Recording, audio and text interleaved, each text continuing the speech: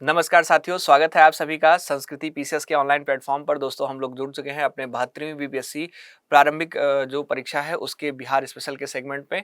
और आज हम लोग हिस्ट्री की अपनी जो क्लास है वो क्लास नंबर 5 करने वाले हैं। बहुत अच्छे तरीके से आप हर एक प्रश्न को ग्रिप करिएगा, हर एक क्वेश्चन को समझने का प्रयास करिएगा और साथ ही साथ कमेंट बॉक्स में आंसर भी दीजिएगा। चलिए, इसी के साथ हम शुरुआत करते हैं अपने सेशन की। दोस्तों, अगर हम बात करें तो यहाँ पर एक इन्फॉर्मेशन आपके लिए है। जो समर इन सेल है वह 27 जून 2026 तक जो वैलिड होगा। इस सेल के अंतर्गत आप हमारे किसी भी कोर्स में, खासकर पीसीएस फाउंडेशन कोर्स की बात करें प्रीलिम्स और मेंस के लिए, तो आप यहाँ पर 80% से अधिक का जो लाभ है वो ले सकते हैं।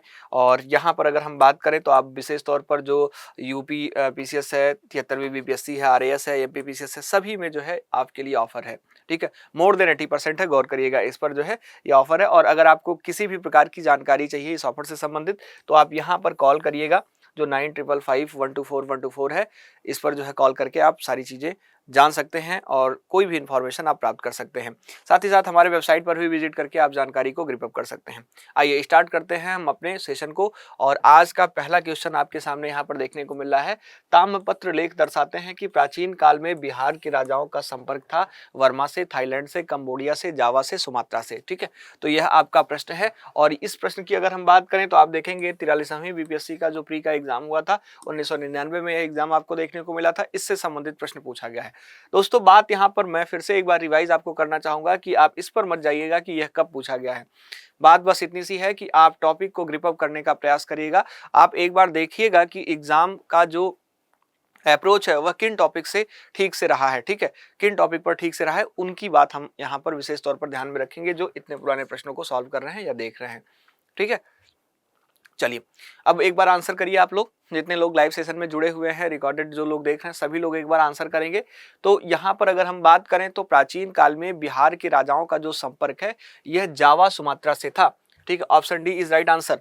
दोस्तों, अगर हम बात करें तो मुख्य रूप से अगर आप गौर करेंगे तो पाल वंशी, ठीक है, अगर आप गौर करेंगे तो पाल वंशी राजा देवपाल की बात करें, राजा देवपाल की अगर हम बात करें तो आप गौर करिएगा, जो देवपाल है, देवपाल के नालंदा ताम्रपत्र लेख के अनुसार अगर हम बात करें तो बालपुत्र देव के ताम्रपत्र से यह प्रमाणित होता है कि मुख्य रूप से इनका संपर्क जावा और सुमात्रा से था। और इसके अनुसार जावा सुमात्रा जो मुख्य रूप से इंडोनेशिया की बात करें तो इसके शैलेंद्र वंशी राजा जो बालपुत्र देव हैं, इन्होंने नालंदा में एक बौद्ध विहार भी बनवाया था और जिसके लिए देवपाल ने उन्हें 5 गांव जो है दान में भी दिया था। और यह ताम्रपत्र लेख बिहार और जावा सुमात्रा के बीच गहरे सांस्कृतिक और जो राजनयिक संबंध हुआ करते थे दोस्तों, उनको दर्शाता है। ठीक है, तो यहाँ पर विशेष तौर पर ध्यान रखिएगा बहुत अच्छे तरीके से, है ना। और इससे जो है, इसी ताम्रपत्र से, इसी जो है मुख्य रूप से लेख से आप देखेंगे तो इसकी जानकारी अपने को प्राप्त हो पाई है। ठीक है, कि इन दोनों के बीच में जो संबंध आपको देखने को मिले थे। ठीक है, तो यहाँ पर आप गौर करेंगे। चलिए आगे बढ़ते हैं अपने नेक्स्ट क्वेश्चन की तरफ। अगला क्वेश्चन है, स्वर्ण भूमि का वह कौन सा राजा था जिसने नालंदा में एक बौद्ध विहार की स्थापना की तथा उसके रख रखाव हेतु अपने दूत द्वारा देवपाल से 5 गांव दान देने के लिए प्रार्थना की गई। ठीक है, तो आपको हमने बताया। और यह प्रश्न आप देखेंगे, यहाँ पर इस प्रश्न की रूपरेखा आप देखिए, 1999 में 43वीं बीपीएससी के एग्जाम में पूछा गया। और आप देखेंगे सेंट्रिक एकदम बिल्कुल जो है प्रश्न है, लैंग्वेज थोड़ी सी बढ़ा दी गई और 64वीं बीपीएससी में पूछ लिया गया, प्री में जो 2018 में हुआ। तो अब आप मेरी बात को शायद समझ पाए होंगे कि इंपॉर्टेंस कैसे है इसका जो है। इतने पुराने क्वेश्चंस को मैं अगर दिखा रहा हूं तो आपको इस बात का अनुमान लग पाया होगा कि इसका इंपॉर्टेंस कैसे है। ठीक है, नए प्रश्नों को भी देखने के बाद। तो यहाँ पर दोस्तों अगर हम बात करें तो ध्यान रखिएगा, इसका सही आंसर है सी, बालपुत्र देव। हमने अभी इसके बारे में ही बात करी है पहले क्वेश्चन में। तो स्वर्ण भूमि जो शैलेंद्र वंश हुआ करता था, इसके राजा जो बालपुत्र देव हैं, इन्होंने ही नालंदा में एक बौद्ध विहार मठ को बनवाया था। ठीक है, और आप देखेंगे तो उन्होंने पाल वंश के राजा जो देवपाल हैं उनसे प्रार्थना की थी कि इस विहार की देखरेख और रख रखाव के लिए 5 गांवों को राजस्व दान में दिया जाए। देवपाल ने इस प्रार्थना को स्वीकार कर लिया था दोस्तों, और जिसका विवरण कहां से, नालंदा के ताम्रपत्र अभिलेख से देखने को मिलता है। तो यहाँ पर आप बहुत अच्छे तरीके से इसको भी ध्यान रखेंगे, है ना, कि इसकी जानकारी कहाँ से देखने को मिलती है, कहाँ से प्राप्त होता है, तो नालंदा के ताम्रपत्र से। ठीक है, इस पर आप विशेष तौर पर गौर करेंगे, अच्छे तरीके से ध्यान रखेंगे, है ना, इस अभिलेख से देखने को मिलता है। आइए आगे बढ़ते हैं अपने नेक्स्ट क्वेश्चन की तरफ। अगला क्वेश्चन है ओदंतीपुरी शिक्षा केंद्र निम्न में से किस राज्य में अवस्थित था। ओदंतीपुरी शिक्षा केंद्र के बारे में बात करी जा रही है। और इस एग्जाम की बात इस क्वेश्चन की बात करें तो आपके एग्जाम में पूछा जा चुका है 60वीं और 62वीं जो बीपीएससी का एग्जाम हुआ इसमें। तो दोस्तों ध्यान रखिएगा, प्राचीन जो ओदंतीपुरी है, जिसे उदनपुरी या जो है उदयपुर भी कहा जाता है, ध्यान रखिएगा, शिक्षा केंद्र और बौद्ध विहार जो हम जिसकी बात कर रहे हैं, बौद्ध महाविहार, यह वर्तमान बिहार राज्य के नालंदा जिले में, और नालंदा में भी आप देखेंगे तो मुख्य रूप से बिहार के नालंदा में। और नालंदा की भी बात अगर हम करें तो आप ध्यान रखिएगा, बिहार शरीफ का नाम, बिहार शरीफ का नाम यहाँ पर आप देखेंगे कि यह स्थित है, बिहार शरीफ। ठीक है, तो इसको आप गौर करेंगे, है ना। और इसकी स्थापना आप अगर ध्यान देंगे तो मुख्य रूप से 8वीं शताब्दी की अगर हम बात करें तो 8वीं शताब्दी के मध्य में जो पाल वंश के प्रथम शासक थे, है ना, पाल वंश के प्रथम शासक, है ना, इनका नाम आपको ध्यान रखना होगा। और वह कौन थे, तो ध्यान रखिएगा राजा गोपाल इनके द्वारा कराई गई थी। तो विशेष तौर पर आप इसको ध्यान रखिएगा। और यह नालंदा के बाद दूसरा सबसे पुराना महाविहार माना जाता है। ठीक है, नालंदा के बाद दूसरा सबसे पुराना महाविहार माना जाता है, जो बौद्ध और जो बौद्ध धर्म और जो दर्शन की शिक्षा का एक बहुत ही महत्वपूर्ण केंद्र हुआ करता था। ठीक है, तो आप इसको ध्यान रखेंगे अच्छे तरीके से। आगे बढ़ते हैं अगले क्वेश्चन की तरफ। इस क्वेश्चन को देखिए, 43वीं बीपीएससी 1999 में पूछा गया, फिर 68वीं बीपीएससी 2023 में पूछा गया, और फिर 69वीं बीपीएससी 2023 के प्री में पूछा गया। ठीक है, तो आप देखेंगे इसका जो मुख्य रूप से इस प्रश्न का जो तरीका है पूछे जाने का, किस तरीके से आप जो है इस पैटर्न को आप ग्रिप अप करेंगे। ठीक है, तो बिहार में विक्रमशिला विश्वविद्यालय के संबंध में निम्नलिखित कथनों पर विचार कीजिए। कहा जा रहा है बिहार के वर्तमान बांका जिले में स्थित है। इसकी स्थापना पाल वंश के राजा गोपाल प्रथम ने की थी। बौद्ध धर्म का जो वज्रयान संप्रदाय है यहाँ फला फूला। और चौथा है कि यहाँ धर्म, दर्शन, चिकित्सा, नीति, व्याकरण और दर्शन जैसे जो अन्य विषय हैं वह सभी पढ़ाए जाते थे। ठीक है, और अब आपसे पूछा जा रहा है कि उपर्युक्त में से कौन सा कथन गलत है। ठीक है, गलत कथन का चुनाव आपको करना है। तो आप एक बार गौर करेंगे, सबसे पहले ध्यान देंगे मेरी बातों को, और आप में से जो लोग जानते हैं वो लोग तो आंसर कर ही देंगे। दोस्तों, विक्रमशिला विश्वविद्यालय प्राचीन भारत में नालंदा और तक्षशिला की तरह ही अंतर्राष्ट्रीय ख्याति प्राप्त कर एक महान उच्च शिक्षण केंद्र आपको नजर आता है। ठीक है, अपने इतिहास में। तो विशेष तौर पर आप बहुत अच्छे तरीके से इसको पहले ध्यान रखेंगे। और एक चीज और आप ध्यान रखेंगे, यह केवल बौद्ध दर्शन ही नहीं बल्कि आप देखेंगे मुख्य रूप से जो समकालीन व्यवहारिक और जो वैज्ञानिक विषय इसकी शिक्षा भी देता था, इसका भी एक वैश्विक केंद्र हुआ करता था। ठीक है दोस्तों, इसकी स्थापना पाल वंश के सबसे प्रतापी राजा हुआ करते थे, धर्मपाल। ठीक है, धर्मपाल, इनका नाम आप विशेष तौर पर ध्यान रखिएगा। तो धर्मपाल ने की थी। पाल शासक बौद्ध धर्म के महान संरक्षक हुआ करते थे दोस्तों, है ना, विशेष तौर पर इसको भी ध्यान रखिएगा। और दोस्तों, जब नालंदा विश्वविद्यालय के शैक्षिक स्तर में ठहराव आने लगा, तब धर्मपाल ने एक नए और आधुनिक शिक्षण संस्था के रूप में जो विक्रमशिला है इसकी नींव रख दी थी, है ना। और यह वर्तमान बिहार के आप देखेंगे तो मुख्य रूप से जो भागलपुर जिले की बात करें तो भागलपुर जिले के कहलगंज के पास जो अतिचक गांव है इसमें स्थित आपको दिखाई देगा। ठीक है, तो यहाँ पर आप देखेंगे बहुत अच्छे तरीके से, है ना। तो यहाँ पर यह बिहार के वर्तमान बांका जिले में कहा जा रहा है कि स्थित है। इस पर भी गौर करेंगे, है ना। तो हमने आपको बताया कि यह जो है भागलपुर जिले के जो कहलगंज के पास जो है आप देखेंगे अतिचक गांव है, इसमें आपको स्थित दिखाई दे देता है। ठीक है, तो इस पर आप गौर करेंगे। साथ ही साथ आप यहाँ पर ध्यान रखिएगा, विक्रमशिला अपने जो सख्त अनुशासन और उच्च स्तर की जो प्रवेश परीक्षा है इसके लिए प्रसिद्ध हुआ करता था, और यहाँ प्रवेश पाना अत्यंत कठिन था। विश्वविद्यालय के प्रवेश के लिए आप देखेंगे तो मुख्य द्वारों पर कड़ी जो एक मौखिक परीक्षा है यह होती थी, उसको पास करना होता था। और विद्यालय के 6 मुख्य द्वार हुआ करते थे उस समय दोस्तों। प्रत्येक द्वार पर एक द्वार पंडित तैनात होता था जो छात्र की योग्यता की जाँच करता था, और केवल तीक्ष्ण बुद्धि वाले छात्रों को ही भीतर प्रवेश मिलता था। दोस्तों, यहाँ केवल धार्मिक शिक्षा नहीं दी जाती थी, ध्यान रखिएगा। मुख्य रूप से आप देखेंगे जो विषय शामिल थे उसमें वज्रयान बौद्ध संप्रदाय या जो विश्वविद्यालय का मुख्य आधार है वह नजर आता था। यहाँ जो है मंत्र तंत्र और जो गुण साधना है इसका वैज्ञानिक दृष्टिकोण से अध्ययन होता था।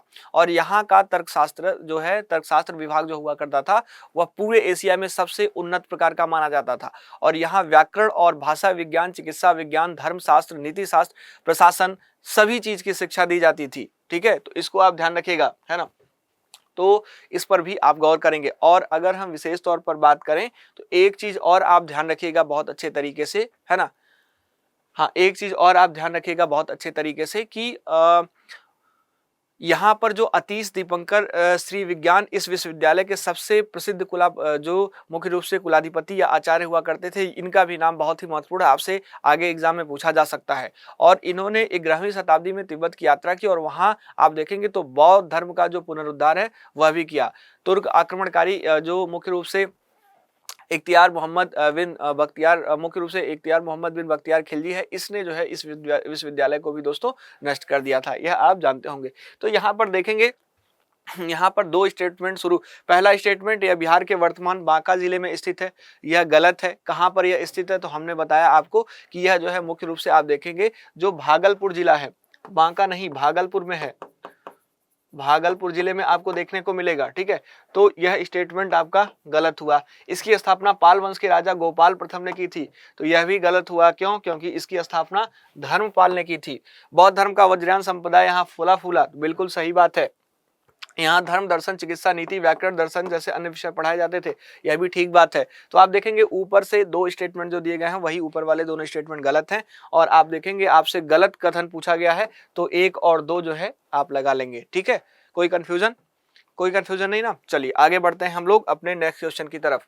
पाल वंश के किस शासक ने मुंगेर को अपनी राजधानी बनाया था, यह एक प्रश्न आपसे पूछा जा रहा है, ठीक है। पाल वंश के किस शासक ने मुंगेर को अपनी राजधानी बनाया था, यह प्रश्न आपसे पूछा जा रहा है ना। बताएंगे एक बार, गोपाल, धर्मपाल, देवपाल, नारायण पाल, कौन था? पाल वंश के किस शासक ने मुंगेर को अपनी राजधानी बनाया था?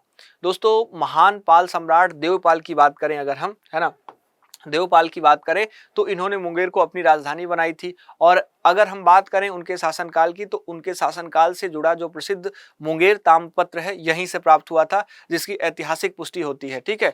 और इसी से जो है इसकी ऐतिहासिक पुष्टि होती है। पाल वंश के संस्थापक गोपाल और प्रतापी शासक जो धर्मपाल हैं, इन्होंने अपने शासनकाल में आप गौर करेंगे तो मुंगेर को विशेष महत्व दिया और इसे प्रमुख केंद्र के रूप में इस्तेमाल किया, ठीक है। तो यहाँ पर जो गोपाल है ना, और जो धर्मपाल हैं, इन दोनों का नाम आपको हमेशा ध्यान रखना है, ठीक है। और इन दोनों लोगों ने आप देखेंगे तो मुख्य रूप से जो मुंगेर है इसको बहुत ज्यादा महत्व दिया था, है ना। मुंगेर जिले में जो पुरातात्विक साक्ष्य और जो शिलालेख हैं दोस्तों, वह यह दर्शाते हैं कि यह क्षेत्र पाल साम्राज्य के सैन्य, सांस्कृतिक और प्रशासनिक दृष्टिकोण के कारण जो है अत्यधिक महत्वपूर्ण देखने को मिला था, ठीक है। तो इसके बारे में भी ध्यान रखिएगा, है ना। चलिए आगे बढ़ते हैं।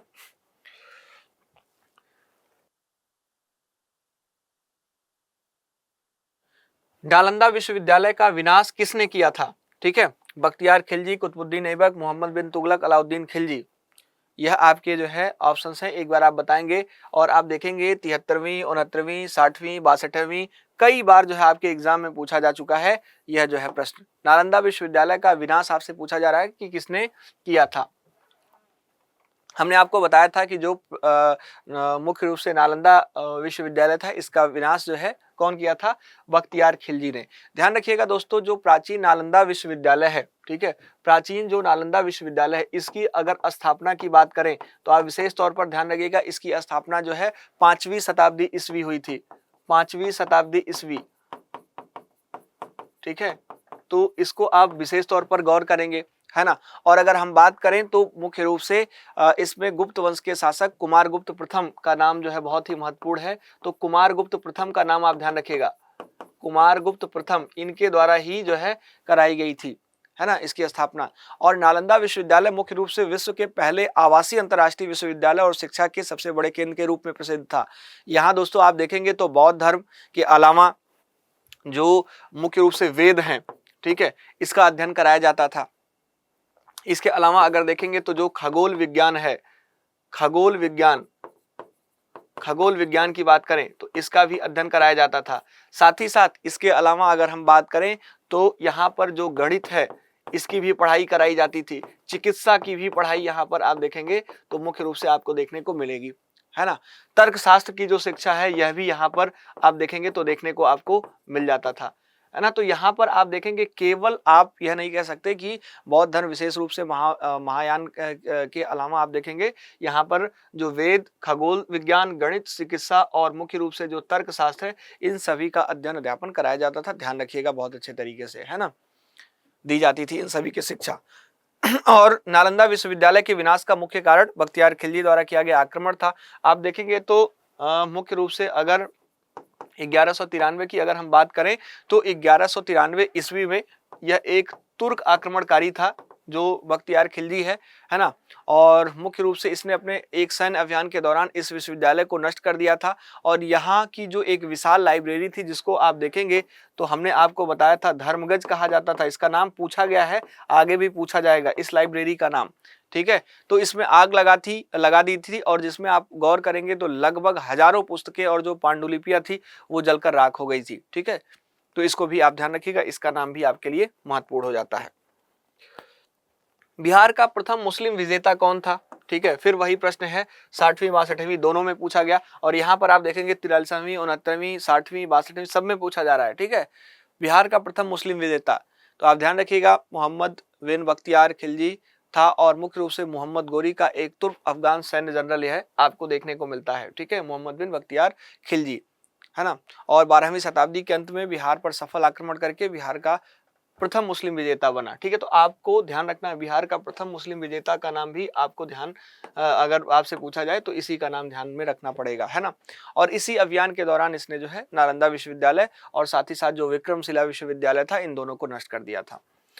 आगे बढ़ते हैं, चलिए अच्छा प्रश्न है। बख्तियार खिलजी ने जब यहाँ पर आक्रमण किया और मुख्य रूप से जैसा कि आपने देखा कि प्रथम मुस्लिम विजेता बन गया, फिर यहाँ पर इसने बिहार में अपनी राजधानी कहाँ स्थापित की, यह प्रश्न पूछा जा सकता है, ठीक है। पटना गया, उदंतीपुर, मुंगेर, तो आप इस पर थोड़ा सा गौर करेंगे, इस पर गौर करेंगे, है ना। हाँ, इस पर एक बार आप लोग बहुत अच्छे तरीके से गौर करेंगे और इस पर जो है आंसर करेंगे, है ना। तो एक बार आंसर करिए जल्दी से। बख्तियार खिलजी ने बिहार में अपनी राजधानी कहां स्थापित की थी, ठीक। तो दोस्तों ध्यान रखिएगा उसने जो है उदंतीपुर, जिसे आज जो है आप देखेंगे तो प्रेजेंट के टाइम में आज जो है आप किस नाम से जानते हैं, बिहार शरीफ के नाम से जानते हैं। तो उदंतीपुर में इसने जो है अपनी जो राजधानी है वह बनाई थी, ठीक है। इसको जीतकर यहाँ पर प्रशासनिक गतिविधियों का जो मुख्य केंद्र है उसको जो है बनाया था और बाद में उसने बंगाल को जीतकर जो अपनी मुख्य राजधानी है वह आप देखेंगे तो जो लखनऊती थी, लखनऊती, है ना। तो अगर हम बात करें तो मुख्य रूप से लखनऊती जो है लक्ष्मणवटी भी कहा जाता है, इसको ध्यान रखिएगा अभी, तो यहाँ पर बनाई थी। बख्तियार खिलजी की मृत्यु के बाद उसके शव को बिहार शरीफ में ही दफनाया गया था। तो इस जो बख्तियार खिलजी है इसके बारे में एक चीज और आप ध्यान रखिएगा, है ना। बख्तियार खिलजी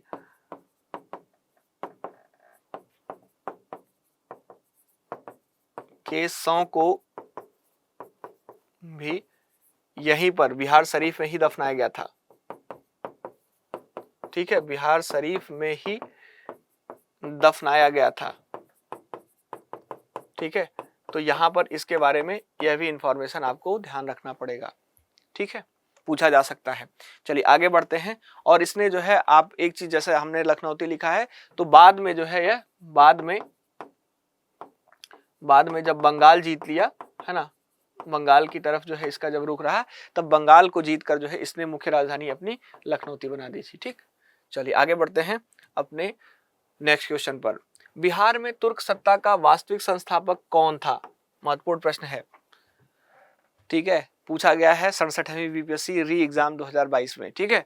तो ध्यान रखिएगा जैसा कि हमने बताया कि बिहार में तुर्क सत्ता की स्थापना का जो वास्तविक श्रेय है वह बख्तियार खिलजी को ही दिया जाता है। और 12वीं शताब्दी के अंत में बिहार के क्षेत्र पर आक्रमण करके तुर्क शासन की इसने नींव रखी, ठीक है, तुर्क शासन की नींव,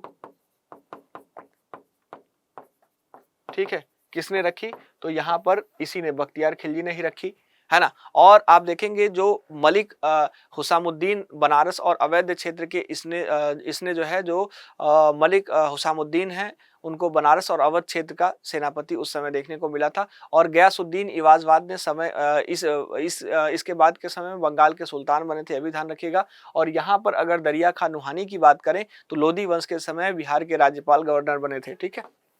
तो इन सभी के बारे में आप गौर कर सकते हैं, महत्वपूर्ण है ना। तो यह जो है लोदी वंश के समय बिहार के राज्यपाल थे, लिख लीजिएगा, लोदी वंश के समय बिहार के राज्यपाल थे, ठीक है। इवाज खिलजी की बात करें, है ना, तो आप इवाज खिलजी के बारे में बताएंगे, बहुत अच्छे तरीके से आपसे यह प्रश्न पूछा गया है। मलिक जो हुसामुद्दीन है, इनकी अगर हम बात करें तो इनके बारे में हमने आपको बताया कि बनारस और अवध जो मुख्य रूप से अवध क्षेत्र था, बनारस व अवध क्षेत्र के सेनापति थे, ठीक है। बख्तियार खिलजी के बारे में आपने देख ही लिया, है ना। और गयासुद्दीन इवाज खिलजी के बारे में जो हमने आपसे पूछा, तो आप ध्यान रखिएगा, यहाँ पर गयासुद्दीन इवाज जो है बाद के समय में यह बंगाल के सुल्तान रहे थे, बंगाल के सुल्तान,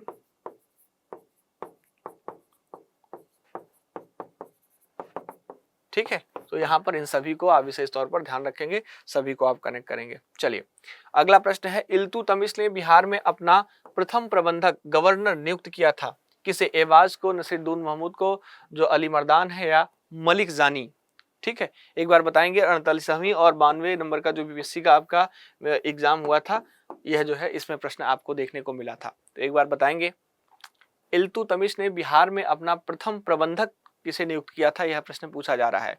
तो सुल्तान इल्तुतमिश की अगर हम बात करें दोस्तों, तो इसने 1255 ईस्वी की अगर हम बात करें, है ना, 1255 ईस्वी की अगर हम बात करें, तो ध्यान रखिएगा, बिहार शरीफ और बाढ़ पर अधिकार करने के लिए आप देखेंगे तो गयासुद्दीन एवज खिलजी का नाम आप ध्यान रखिएगा। गयासुद्दीन एवज खिलजी को हराकर जो मलिक जानी है, इनको बिहार में अपना पहला सूबेदार गवर्नर नियुक्त किया था, ठीक है। तो यहाँ पर आप ध्यान रखिएगा, मलिक जानी का नाम ध्यान रखिएगा, इनको ही जो है आप देखेंगे तो यहाँ का सूबेदार नियुक्त किया था, सूबेदार, ठीक है। गौर करना है इस पर आपको, है ना। साथ ही साथ ध्यान रखिएगा, गयासुद्दीन एवज खिलजी बंगाल और बिहार का खिलजी शासक था, जिसे इल्तुतमिश की जो अधीनता थी वह मानने से इनकार कर दिया था। और नसरुद्दीन महमूद इल्तुतमिश का पुत्र था, यह भी आप ध्यान रखिएगा बहुत अच्छे तरीके से, है ना। और जब गयासुद्दीन एवज खिलजी ने आप देखेंगे मलिक जानी के हटने के बाद फिर से विद्रोह किया, तब नसरुद्दीन महमूद ने आक्रमण करके जो एवज है उसको जो है एवज को जो है मार दिया था, ठीक है। और अली मर्दान की बात करें तो बंगाल का एक प्रारंभिक शासन आपको देखने को मिलता है, ये है ना, इसके बारे में विशेष रूप से आप ध्यान रख सकते हैं। बंगाल का एक प्रारंभिक शासक है, ये प्रारंभिक शासक है, ठीक है, ध्यान रखिएगा। और यहां पर इसका सही आंसर मलिक जानी ही है, ठीक है। तो आप इस पर गौर करेंगे। चलिए आगे बढ़ते हैं अगले प्रश्न की तरफ। बिहार के शाहपुर क्षेत्र से किस वंश के काल के कुछ सिक्के प्राप्त हुए हैं? शाहपुर क्षेत्र से किस वंश के कुछ सिक्के प्राप्त हुए, यह प्रश्न पूछा जा रहा है। और शाहपुर आप कहां पर? भोजपुर में देखने को पाते हैं, है ना। तो आप बताएंगे एक बार, बिहार के शाहपुर भोजपुर में आप देखेंगे तो यहाँ पर खिलजी वंश के जो सिक्के हैं वह आपको देखने को मिले थे, है ना। और इन सिक्कों से पता चलता है कि दिल्ली के सुल्तान, जैसे यहाँ पर अगर हम बात करें जो अलाउद्दीन खिलजी है ना, इसके व्यापार का जो नियंत्रण है वह बिहार तक देखने को मिल रहा था, ठीक। इन्हीं सिक्कों के माध्यम से इस बात की जानकारी अपने को पता चल पाती है, ठीक है। तो आपसे जब भी प्रश्न पूछा जाए, एक तो इस फॉर्मेट में प्रश्न पूछ लिया गया, अगला फॉर्मेट कुछ और हो सकता है, तो ध्यान रखिएगा वह फॉर्मेट यही हो सकता है कि किससे इसकी जानकारी मिलती है, तो इसके क्वाइंस, इसके सिक्कों से पता चलता है कि दिल्ली के सुल्तान का जो व्यापार है उसका नियंत्रण बिहार में भी उस समय बिहार के क्षेत्रों में भी था, ठीक है। तो इस पर आप गौर करेंगे। चलिए आगे बढ़ा जाए। चलिए ठीक है, अपने नेक्स्ट क्वेश्चन की तरफ बढ़ते हैं। 14 नंबर, तो यहां पर अगर हम बात करें तो दरभंगा में कहा जा रहा है कि दुर्ग और जामा मस्जिद का निर्माण किस सुल्तान ने करवाया था? अलाउद्दीन खिलजी, फिरोज शाह तुगलक, मोहम्मद बिन तुगलक, सिकंदर लोदी। तो दोस्तों दिल्ली सल्तनत के सुल्तान मोहम्मद बिन तुगलक का नाम आपको ध्यान रखना होगा, है ना। मोहम्मद बिन तुगलक ने बिहार के दरभंगा और मुख्य रूप से अगर हम बात करें, है ना, जो तिरहुत वाला क्षेत्र है, तिरहुत, है ना, तिरहुत की बात करें तो तिरहुत में एक दुर्ग, एक किला और एक जामा मस्जिद का निर्माण कराया था। मोहम्मद बिन तुगलक ने तिरहुत, मुख्य रूप से यह मिथिला ही है ना, मिथिला, तो आप अगर गौर करेंगे तो इस क्षेत्र को पूरी तरह से जीतकर अपने साम्राज्य में मिला लिया था और दरभंगा का नाम बदलकर तुगलकपुर कर दिया था। तो यहाँ पर इस एक चीज बहुत महत्वपूर्ण आपके लिए जो है हो जाएगा, दरभंगा का नाम बदलकर तिरहुतपुर सॉरी यहाँ पर जो है क्या कर दिया था, तुगलकपुर कर दिया था, तुगलकपुर। ठीक है, तुगलकपुर कर दिया था, यह आप ध्यान रखिएगा, है ना। और उसने इस क्षेत्र पर अपना जो नियंत्रण है या मजबूत करने के लिए जो मुख्य रूप से जो तुगलकपुर दरभंगा है, इससे अपने नाम के सिक्के भी जारी किए थे। और आप गौर करेंगे तो स्थानीय इतिहास और जो प्राचीन संस्मरण है, जैसे अगर हम बात करें अकबर के दरबारी जो मुल्ला तकिया के ब्याज है, इसके अनुसार अगर हम बात करें तो मोहम्मद बिन तुगलक की अगर हम बात करें तो मोहम्मद बिन तुगलक ने दरभंगा के किला घाट इलाके में स्थित किले और जामा मस्जिद की नींव भी रखी थी। ठीक है, इस बात को भी आप गौर कर सकते हैं, ध्यान रखिएगा हमेशा। चलिए आगे बढ़ते हैं अपने नेक्स्ट क्वेश्चन की तरफ। राजगीर स्थित जैन मंदिर को अनुदान देने वाला दिल्ली सल्तनत का शासक कौन था, यह प्रश्न पूछा जा रहा है। ठीक है, आप बताएंगे। राजगीर स्थित जैन मंदिर को आप देखेंगे तो मुख्य रूप से अनुदान देने वाला दिल्ली सल्तनत का शासक कौन था, यह प्रश्न पूछा जा रहा है। आप एक बार आंसर देंगे। तो दोस्तों यहाँ पर आप देखेंगे तो तुगलक वंश के शासक, है ना, फिरोज शाह तुगलक की अगर हम बात करें, यहाँ पर option C is right answer. Firoz Shah Tughlaq की अगर हम बात करें तो फिरोज शाह तुगलक ने बिहार के राजगीर में स्थित जो जैन मंदिर है इसको दान जो है दिया था। फिरोज शाह तुगलक के समय कुछ फारसी अभिलेख, है ना,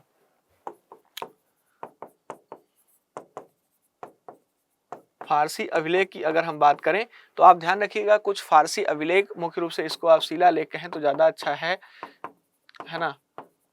शिलालेख जो है बिहार के बिहार शरीफ, पटना और गया से मिले हैं। ठीक है, तो बिहार शरीफ का नाम ध्यान रखिएगा और पटना का नाम ध्यान रखिएगा, है ना। यहां से आप देखेंगे तो मुख्य रूप से यह प्राप्त हुए हैं। और इन अभिलेखों और ऐतिहासिक स्रोतों से पता चलता है कि उसने राजगीर के जैन मंदिर को अनुदान में दिया था। इन्हीं जो है अभिलेखों से, इसी अभिलेखों से यह पता चलता है, इस बात की जानकारी होती है ना। और ध्यान रखिएगा 14वीं शताब्दी के दौरान, है ना,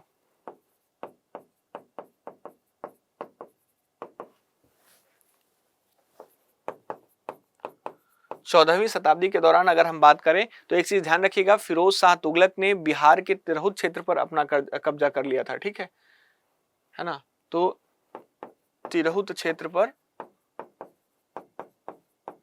कब्जा, यह भी आप ध्यान रखेंगे बहुत अच्छे तरीके से। ठीक है, कोई डाउट? तो यहां पर इसको बहुत अच्छे तरीके से आपको गौर करना पड़ेगा। चलिए आगे बढ़े। हाँ, अच्छा प्रश्न है, इस पर भी आप गौर करेंगे। कहा जा रहा है कि तिरहुत जो मिथिला वाला क्षेत्र है, इसमें जो ओइनवार वंश है इसकी स्थापना किस दिल्ली सुल्तान के संरक्षण में हुई थी। ठीक है, तो ध्यान रखिएगा यहाँ पर दिल्ली सल्तनत के शासक थे फिरोज शाह तुगलक, है ना, फिरोज शाह तुगलक। ऑप्शन सी ही सही है इसका भी। मिथिला क्षेत्र का जो ओइनवार वंश है इसकी स्थापना इन्होंने कराई थी। और तिरहुत में पहले आप देखेंगे, आप अगर गौर करेंगे तो तिरहुत में पहले जो है आप पाएंगे जो एक वंश हुआ करता था जिसका नाम था कर्डाट वंश। ठीक है, कर्डाट वंश, है ना, इस वंश को आप देखते हैं इतिहास में, है ना, इसका शासन था। और इसके पतन के कुछ समय बाद तक जो अराजकता है वहां पर खूब देखी गई। और फिर जो है सुल्तान फिरोज शाह तुगलक ने शासन व्यवस्था को सुचारू रूप से चलाने के लिए यहाँ पर एक व्यक्ति हैं जिनका नाम है, बहुत अच्छे तरीके से इनका नाम ध्यान रखिएगा, पूछा जा सकता है ना, इनका नाम है कामेश्वर झा, कामेश्वर झा जी। तो कामेश्वर झा की बात करें तो कामेश्वर झा को तिरहुत क्षेत्र का शासक नियुक्त कर दिया गया। ठीक है, को तिरहुत क्षेत्र का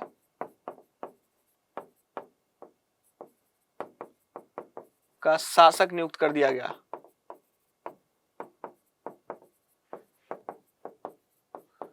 ठीक है, तो यहाँ पर आप इनको भी ध्यान रखेंगे बहुत अच्छे तरीके से, है ना। और ध्यान रखिएगा, इसी वंश के राजा शिव सिंह के शासनकाल में महान कवि और मैथिली भाषा के ज्ञाता जो विद्यापति हैं उन्होंने अपनी रचनाएं भी करी थी, ठीक है। तो यहाँ पर विद्यापति का भी नाम बहुत ही महत्वपूर्ण हो जाता है, आपसे एग्जाम में पूछा भी जा चुका है पहले भी इस पर प्रश्न, है ना। तो विद्यापति ने जो है देखेंगे तो मुख्य रूप से यह जो है जो मैथिली भाषा हुआ करती थी इसके ज्ञाता थे, मैथिली भाषा के ज्ञाता, है ना। मैथिली भाषा के यह ज्ञाता हुआ करते थे और मुख्य रूप से इन्होंने विद्यापति ने अपनी रचनाएं की थी, है ना। ठीक, तो आप इस पर भी गौर करेंगे। चलिए आगे बढ़े, अगले अपने जो है क्वेश्चन पर बढ़ते हैं और अगले नेक्स्ट क्वेश्चन पर बात करते हैं।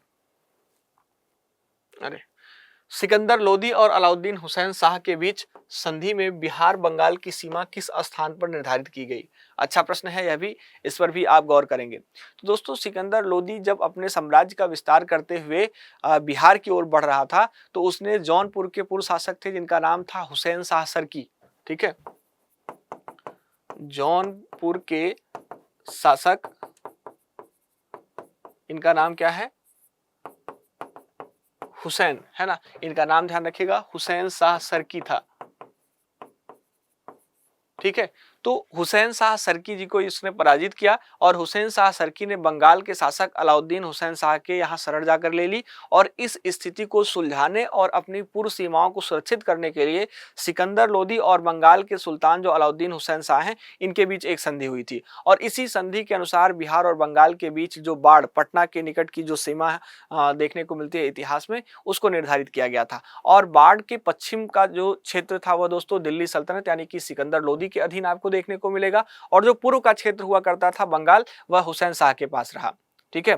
यदि आप देखेंगे तो सीमा बाढ़ में तय हुई थी, लेकिन जो ऐतिहासिक साक्ष्य हैं उससे इस बात का पता चलता है कि बंगाल के सुल्तान जो अलाउद्दीन हुसैन शाह हैं इन्होंने अपनी राजनीतिक महत्वाकांक्षा के चलते जो मुंगेर वाला क्षेत्र है, इन क्षेत्र पर जो शिलालेख है वह लगवाएं और वहां तक अपना जो प्रभाव है उसको स्थापित किया था, ठीक है। तो इसको भी आप विशेष तौर पर ध्यान रखेंगे बहुत अच्छे तरीके से, है ना। तो इसके संदर्भ में आपका जो सही आंसर है वह बाढ़ हो जाएगा, है ना। हुसैन शाह और इसके अलावा मुख्य रूप से जो सुल्तान अलाउद्दीन हुसैन शाह जो है मुख्य रूप से इनके बीच जो है आप देखेंगे तो एक संधि होती है सिकंदर लोदी और जो सुल्तान अलाउद्दीन हुसैन शाह है इनके बीच, और मुख्य रूप से फिर यह जो है निर्धारित किया जाता है, ठीक है। इस पर आप जरूर गौर करेंगे। तो दोस्तों यहाँ पर आप देखेंगे लगभग आपके सभी जो है टॉपिक्स जितने भी बहुत इंपॉर्टेंट थे उनको हमने एक बार कर लिया है। अगर आपको फिर भी कोई डाउट है, आपके मन में कोई प्रश्न है, कोई सवाल है, कुछ आप पूछना चाहते हैं, किसी भी प्रकार का आपके दिमाग में कोई क्वेश्चन चल रहा है तो आप मुझसे ज़रूर बता सकते हैं, मुझसे पूछ सकते हैं। एक चीज़ और आप फिर से मैं आपको आज के अपने सेशन में रिपीट कर रहा हूँ, आप इस सेशन को जब भी देखिएगा तो ऐसा नहीं है कि सिर्फ आप 20 क्वेश्चन कर रहे हैं पीवाईक्यू का तो ठीक है, ये तो 20 क्वेश्चन ही रट लिया हमने और एग्जाम में आ जाएगा। इसकी थीम पकड़ने का प्रयास करिएगा, ठीक है, क्योंकि हमेशा क्वेश्चन थीमेटिक पूछा जाता है। आपके एग्जाम में ध्यान रखना है, प्रीवियस ईयर का एज इट इज़ क्वेश्चन बहुत कम पूछा जाता है, लेकिन थीम आधारित प्रश्न पूछा जाता है। मान लीजिए यही प्रश्न अगर हम अंतिम वाला अपने प्रश्न की चर्चा करें जो आप लास्ट में प्रश्न देख रहे हैं, सिकंदर लोदी और अलाउद्दीन हुसैन शाह के बीच संधि में बिहार बंगाल की सीमा किस स्थान पर निर्धारित हुई, तो बाढ़, तो मान लीजिए यह तो एकदम सीधा सीधा प्रश्न है, यह पूछ लिया जाएगा, है ना। देखिए इसको बनाया गया तो यह पूछ लिया जाएगा, लेकिन इसके अलावा आपसे यह भी पूछा जा सकता है कि मुख्य रूप से जो हुसैन शाह सरकी है जब यहाँ पर जो है उसको पराजित किया गया तो हुसैन शाह सरकी का संबंध किस शासक से रहा, तो आपको प्रॉपर बंगाल के जो शासक अलाउद्दीन हुसैन शाह है उनका नाम आपको ध्यान रखना होगा, ठीक है। उनके यहाँ इन्होंने शरण ली थी, ठीक, तो उनके संदर्भ में भी आपको ध्यान रखना होगा। इस संधि के अनुसार जो है जो क्षेत्र का विभाजन है उस क्षेत्र की स्पष्टीकरण आपको जो है जाननी होगी, है ना। और साथ ही साथ मुख्य रूप से जैसा कि हमने बताया कि यहाँ पर जो ऐतिहासिक साक्ष्य हैं उस ऐतिहासिक साक्ष्यों से इस बात की भी जानकारी होती है कि मुख्य रूप से जो अलाउद्दीन हुसैन शाह थे राजनीतिक महत्वाकांक्षा के चलते मुंगेर के क्षेत्र पर अपने शिलालेख लगवाए। तो यहाँ पर एक एंगल्स यहाँ पर और भी हो सकता है, ठीक है, कि क्षेत्र कहाँ पर है जो मुख्य रूप से इतिहास में दर्ज होता है और उनके जो शिलालेख हैं वह भी कहाँ पर देखने को मिल रहे हैं, ठीक। तो बहुत सारे एंगल्स हो सकते हैं लेकिन थीम तो एक ही है ना। तो आप विशेष तौर पर आप जब भी क्वेश्चंस को पढ़ेंगे तो हमेशा थीम को ध्यान में रखते हुए पढ़ेंगे, ठीक है? अगर आप थीम थीम को ध्यान में रखते पढ़ेंगे तो आप उन सभी टॉपिक्स को बहुत अच्छे तरीके से कलेक्ट कर ले जाएँगे जो मुख्य रूप से बहुत ही इम्पोर्टेंट हो सकते हैं आपके एग्ज़ाम के लिए, ठीक है? हर एक पॉइंट्स को आप कलेक्ट कर ले जाएँगे उस टॉपिक के। तो थीमेटिक हमेशा जो है आपको सोचना है और बहुत ही अच्छे तरीके से इसको कंसीडर करना है। तो आज के लिए इतना ही दोस्तों, मिलते हैं अपने नेक्स्ट सेशन में। Thank you so much. बहुत-बहुत धन्यवाद आप सभी का संस्कृति पीसीएस के ऑनलाइन प्लेटफ़ॉर्म से जुड़ने के लिए और साथ ही साथ मेरे साथ भी जुड़ने के लिए।